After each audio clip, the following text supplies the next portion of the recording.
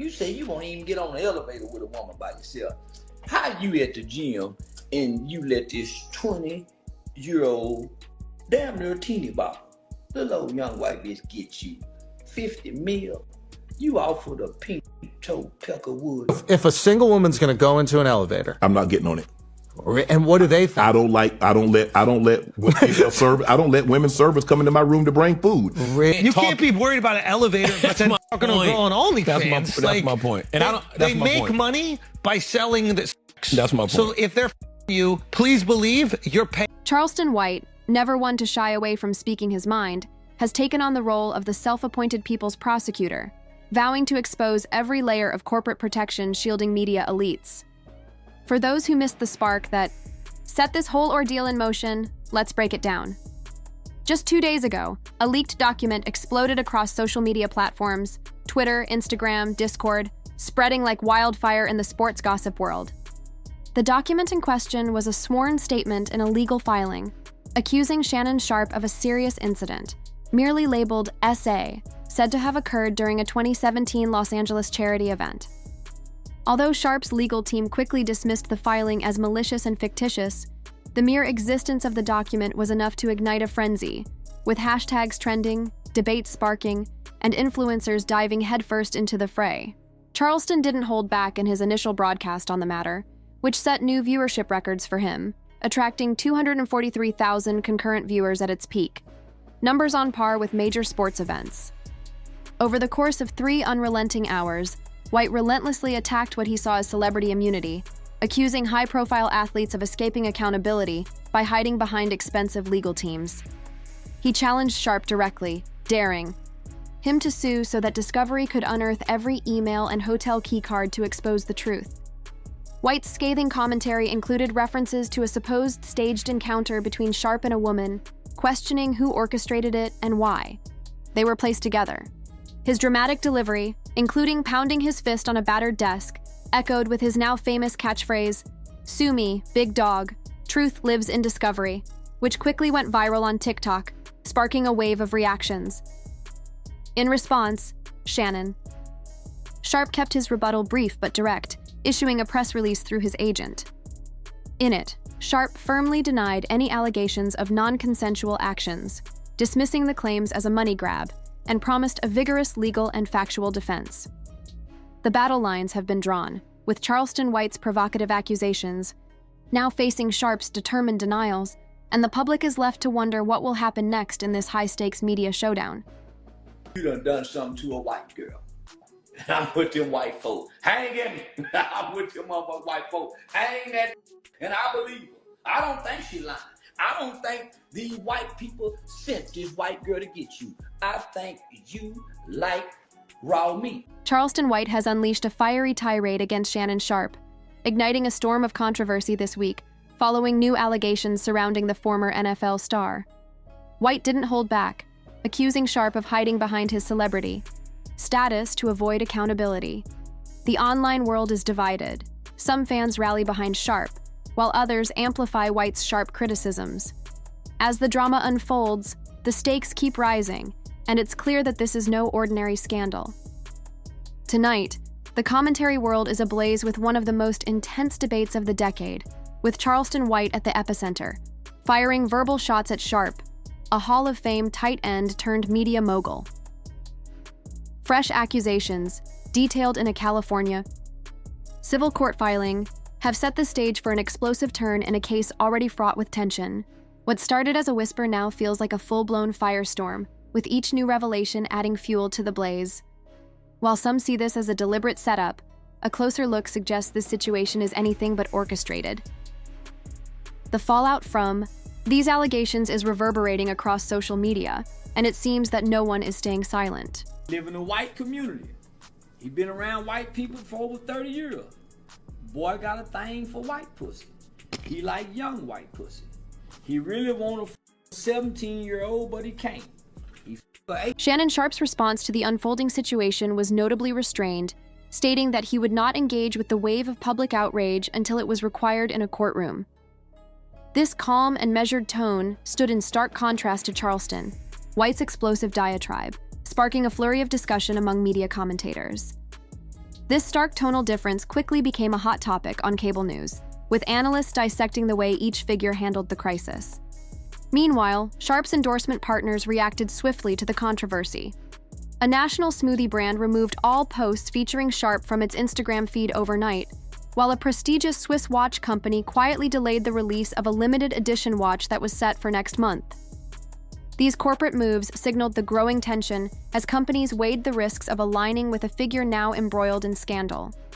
White, ever vocal, framed these actions as part of a larger strategy to force Sharpe into an untenable position, one where he might feel pressured to settle in order to avoid further damage to his finances and reputation.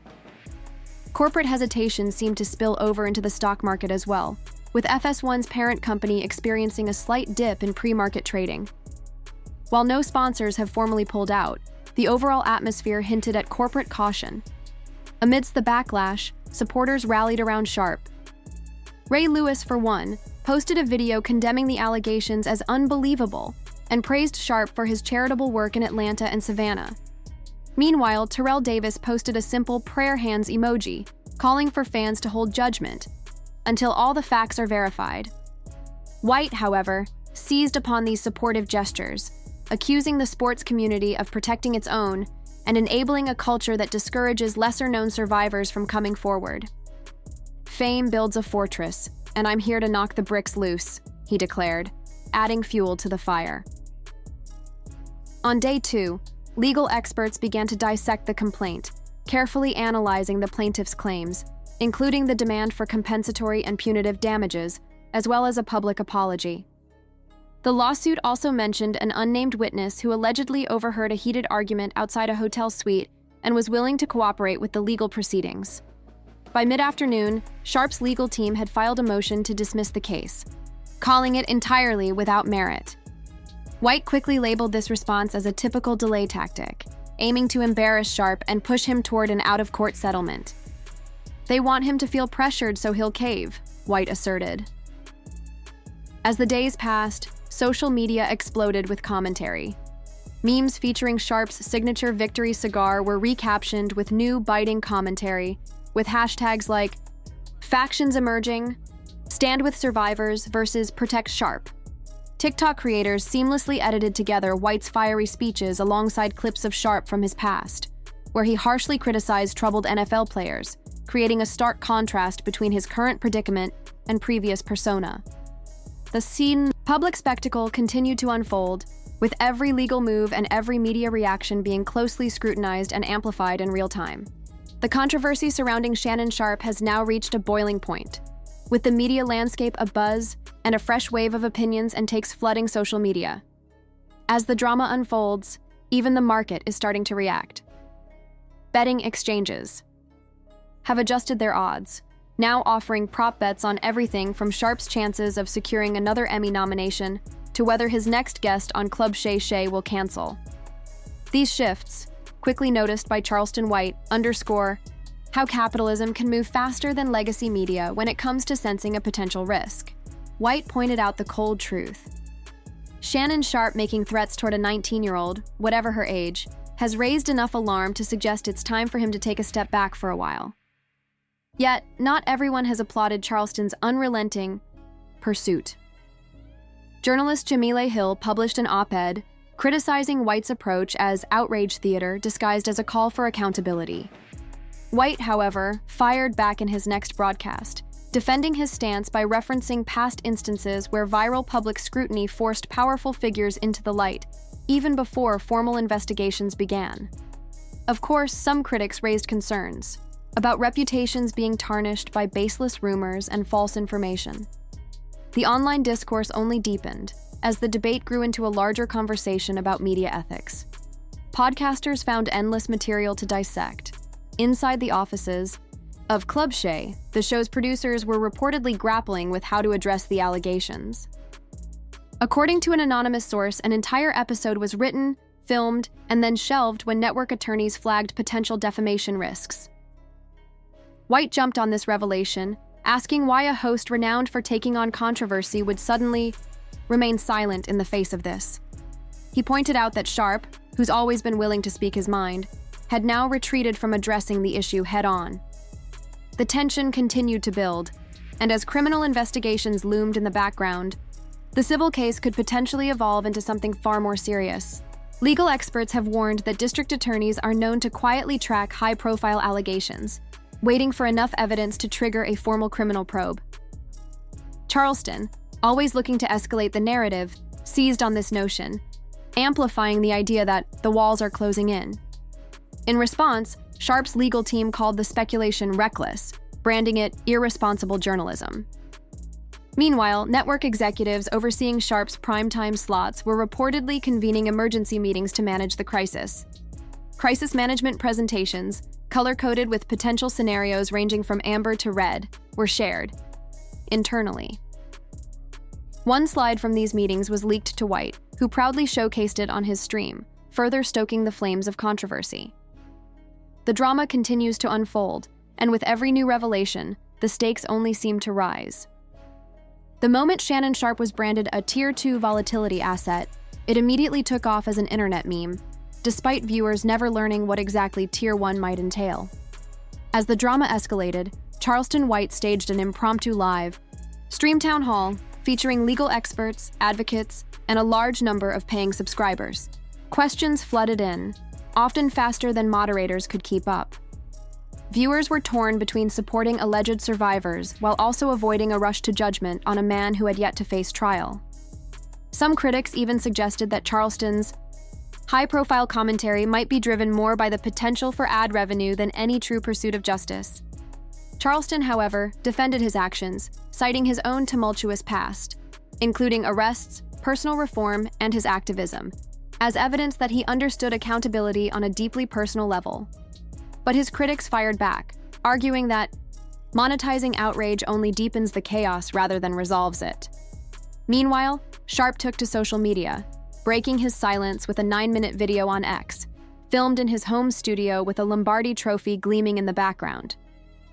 In the video, he reiterated his innocence, vowed full cooperation with the legal process, and urged his fans to reserve judgment until the facts came to light. He avoided directly naming Charleston, instead pointing to media figures who were profiting from sensationalism. He made it clear that this case was not a criminal matter, so jail time wasn't an issue for him. Charleston, never one to back down, wasted no time responding with a live broadcast, dissecting Sharpe's video frame by frame, analyzing every moment of body language as if it were a debate. As the case continued to move forward, with a preliminary conference scheduled months out, legal experts predicted that this could very well be a case that drags on with both sides battling over discovery. Charleston, determined to keep the pressure high, promised to break down each new legal filing for his viewers, positioning himself as a constant voice urging action. He dismissed the idea of a settlement as a way of silencing the truth and insisted that public court testimony was the only way forward. His critics, however, compiled compilations of his past errors, pointing out moments where he had walked back statements. Charleston shot back, arguing that these retractions showed his transparency, a stark contrast to Sharpe's polished public persona. Meanwhile, other commentators, including smaller YouTubers, produced analysis videos dissecting every aspect of the case, from each new accusation to every counter-argument. Behind the scenes, professional mediators were said to have approached both legal teams with suggestions for an out-of-court resolution. Though neither party publicly acknowledged these overtures, whispers circulated that initial talks had taken place. This remained a civil case, meaning Sharpe could either be found liable or not. Charleston warned that any sealed settlement would be a betrayal of society's trust, though Sharpe's camp remained indifferent to the criticism, citing the litigants' right to settle privately. As the story gained traction, mainstream media began dedicating full segments to it, framing it as a clash between celebrity power, digital activism, and the importance of due process. Mental health advocates even released an open letter urging commentators to consider the emotional toll these high-stakes debates have on both the complainants and defendants. Sharpe retweeted the letter with a note encouraging more respectful discourse. Charleston acknowledged the letter, but maintained that true accountability could not be stifled by calls for comfort. The situation had even made waves on Capitol, Hill, with a lawmaker referencing Sharpe's case during a subcommittee hearing on athlete accountability, citing it as a reason for stronger protections for whistleblowers. Charleston quickly seized on the mention, framing it as proof that grassroots movements could influence policy. While some detractors dismissed it as a political stunt, the mention served to further amplify the story. Weekend sports broadcasts became yet another battleground, with rumors that certain hosts wanted to address Sharpe's integrity directly. However, executives feared the potential legal ramifications of such coverage. Charleston, ever the provocateur, mocked what he called sanitized and controlled media narratives. In Sharpe's own video, he revealed that the accuser was seeking $50 million in damages, a detail which added further fuel to the fire. Charleston followed this up with an announcement for an in-person rally in Dallas, promising that a second accuser was preparing to file their own lawsuit. The case continued to unfold, drawing more eyes and opinions from all corners. Sharpe's legal team quickly dismissed any new complaints as nothing more than opportunistic noise, attempting to ride the viral wave. Behind the scenes, social media platforms braced for the inevitable surge in heated reactions, activating their moderation filters to manage the frenzy. What began as a high-profile legal matter quickly morphed into a crash course on the dynamics of the modern outrage economy, where legal facts clash with influencer narratives, corporate risk is weighed in real time, and reputational volatility is priced by advertisers and odds makers alike. Charleston White expertly navigates these turbulent waters with a mix of righteous indignation and showmanship, blending calls for justice with elements of performance. In contrast, Sharpe's camp stakes its bets on the trust placed in institutions and the steady pace of courtroom proceedings. Meanwhile, audiences flip through feeds, their clicks and comments feeding algorithms that, in turn, amplify the spectacle. By the sixth day, neither side appeared ready to back down. Charleston set up 2 live streams titled Discovery Countdown and Corporate Cleanup Watch, while Sharpe's legal team filed another motion to have the case dismissed entirely. Meanwhile, tech companies scrambled to contain the spread of misinformation. Fake affidavits and deepfake videos circulated online but were swiftly debunked. Both Sharpe's and Charleston's teams condemned the manipulation of media, though Charleston insisted that the fight for truth should always take precedence over concerns about censorship. As the legal clock ticks, real-world investigators are gathering key pieces of the puzzle: interviews, security footage, flight itineraries, and expense records, laying the groundwork for a possible discovery phase. Law firm interns are combing through documents, cross-referencing flight manifests and conference schedules with the precision of detectives. Charleston, ever the showman, prepares his audience for an influx of complex legal documents that will require more than just surface-level attention. They'll need careful analysis. Financial advisors are reaching out to clients holding shares in media networks, warning of potential volatility if rulings or sponsor boycotts emerge. Meanwhile, hedge funds are running simulations, assessing the financial fallout. Charleston seizes on Wall Street's unease, pointing out that when money gets involved, it quickly tracks the momentum of public outrage. Corporations, he argues, are more driven by metrics and market impact than by any sense of moral duty. On a local level, youth programs tied to Sharpe are facing concerns about donor pullbacks, with boards issuing public statements of support while quietly crafting contingency budgets. Charleston invites one director onto his show, sparking a conversation about the collateral damage caused when public figures are caught in legal battles. Professional athletes who aren't directly tied to Sharpe find themselves navigating this media minefield. Some stay quiet, fearing guilt by association, while others offer their opinions, which only stirs up intense reactions in the comments section. A few athletes make carefully worded statements about respecting all parties involved, trying to remain neutral while the media whirlwind spins out of control. Behind the scenes, Sharpe's production staff is dealing with the fallout from potential guest cancellations. Events like a keynote at Columbia Business School are quietly postponed, with many suspecting PR-driven motives behind the delays. Sensing the shifting tides, Charleston increases his upload frequency, revealing analytics that show his long-form streams now outperform his shorter clips. Critics accuse him of profiting from outrage, while supporters argue he's filling a critical space left by more cautious media outlets. The saga unfolds on multiple levels: the civil lawsuit itself, the meta-discussion of media ethics, and the larger cultural debate surrounding celebrity, power, money, and legal consequences. Each of these layers feeds into the others, creating a continuous cycle of coverage and commentary. Yet, beneath the loud chatter, the court proceedings continue. A judge will soon decide whether to dismiss the case, and if that motion is denied, document exchanges will begin, potentially dragging the case on for months or even years. As each new detail leaks, it will likely spark fresh storms of public debate, testing the endurance of advertisers and the patience of the public. If a settlement is reached, expect a quiet resolution, one that may include non-disclosure agreements, wire transfers, and social media silence. Charleston, however, vows to brand any such closure as a betrayal of the public's right to transparency. Supporters of survivors argue that private settlements can spare plaintiffs from the trauma of a public trial, but the ethical dilemma remains. Meanwhile, criminal avenues still loom, with prosecutors sometimes pulling evidence from civil cases when it meets the threshold for a criminal investigation. Charleston argues that public pressure often shapes the appetite of prosecutors, though legal experts insist that indictments are driven by hard evidence. Through all of this, one constant remains: the court of public opinion never rests. Reputations are shaped and reshaped in real time, with advertisers weighing their moral stances against market share, influencers cashing in on every twist, and lawyers searching for the perfect defamation angle.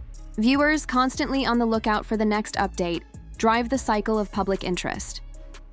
As the case moves forward, whether toward a televised trial, a sealed settlement, or more legal battles, Charleston promises to stay in the fray, translating legal jargon for his audience, spotlighting sponsor decisions, and dissecting every move made by the key players.